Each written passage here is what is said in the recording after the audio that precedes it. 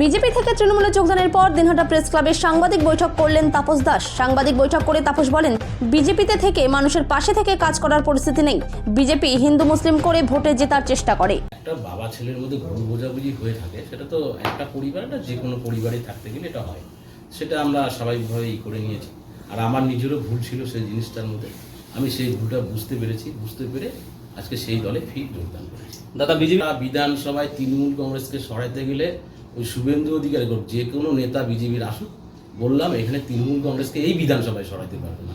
অন্য কোথাও বলতে পারবো না, কিন্তু এই বিধানসভায় খেলতে গেলে উদয়নগর সাথে টক্কর দেওয়ার মতন এখানে এই বিধানসভায় কোনো নেতা নেই। কুচবিহার জেলায় বিজেপির কোনো নেতা নেই, বরঞ্চ উত্তরবঙ্গে কোনো নেতা নেই ওনার সাথে চ্যালেঞ্জ করার। নিশীথ প্রামাণিক যদি ওনাদের বিজেপির নেতাদের কাছে শুনে দেবো না, জিততে পারবে না। অনেক নেতা আছে, সুধাংশু রায় নেতা আছে, পুরানা বিজেপি আজকে ঘরের মধ্যে বসে আছে। কোনো রাজনৈতিকভাবে তাদের কোনো বিস্তার নেই, তাদের কোনো জায়গা নেই। জায়গা কাদের জায়গা আছে? যারা বাড়িতে থাকতে পারে তাদেরই জায়গাটা আছে।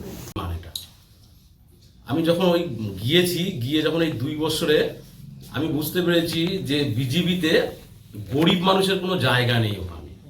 ওখানে হচ্ছে কে হিন্দু কে মুসলিম এই সমস্ত জিনিস নিয়েই ওই দলটার পুরো কালচার হয়।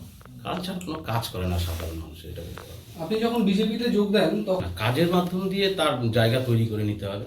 আমি যদি ভালো কাজ করি, অবশ্যই দলের যারা নেতা আছেন, দলের যারা সৈনিক আছেন, যারা দল সম্বন্ধে খুব ভালো বোঝেন, কিন্তু আমি বলতে পারবো আমাদের যে মন্ত্রী আছেন উদয়নগর মহাশয়, ইনি ক্ষুদ্র ক্ষুদ্র মানুষকে তুলে নিয়ে এসে জায়গা তৈরি করে দিয়ে একটা নামের ব্যবস্থা করে দেয়, যেটা আমাকেই করেছে।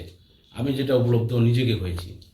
তাই 2 বছর হয়তো ওই দলটাই ছিলাম বিজেপিতে, কিন্তু গিয়ে ওখানে কাজ করার মতন মানসিকতা তাদের নেই।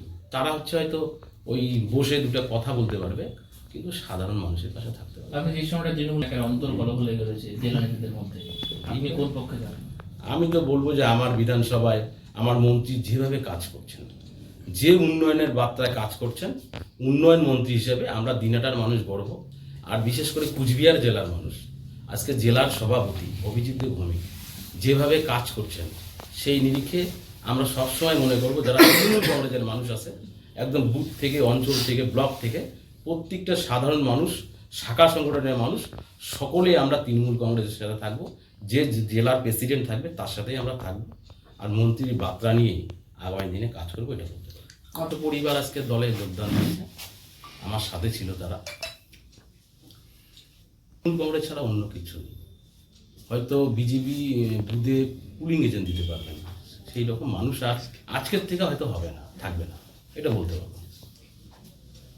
যে বিজেপি করার মতন মানসিকতা আছে কেন্দ্রীয় দল, হয়তো সাধারণ মানুষের পাশে থাকতে পারবে, কাজ করতে পারবে, কিন্তু এটা বলতে পারবো না। জানি যে 2 বছরে এই সাধারণ মানুষের পাশে বিজেপি থাকা তো দূরে থাক, ওরা ওই জেলায় মিটিং ছাড়া কোনো ব্লকে, কোনো অঞ্চলে, কোনো বুথে এই অবধি মিটিং করতে পারে না। হয়তো 2-1টা জায়গায় করতে পারে, কিন্তু অন্য কোথাও করতে পারে না। এটা আমি নিজে উপলব্ধ, নিজে ওখানকার সাক্ষী, আর নিজে আমি প্রোগ্রামে গিয়েছি, দেখেছি। সেখানে এই দলের উপর ক্ষুব্ধ হয়েছে না কোনো ব্যক্তিগত কার্যক্রমের উপর?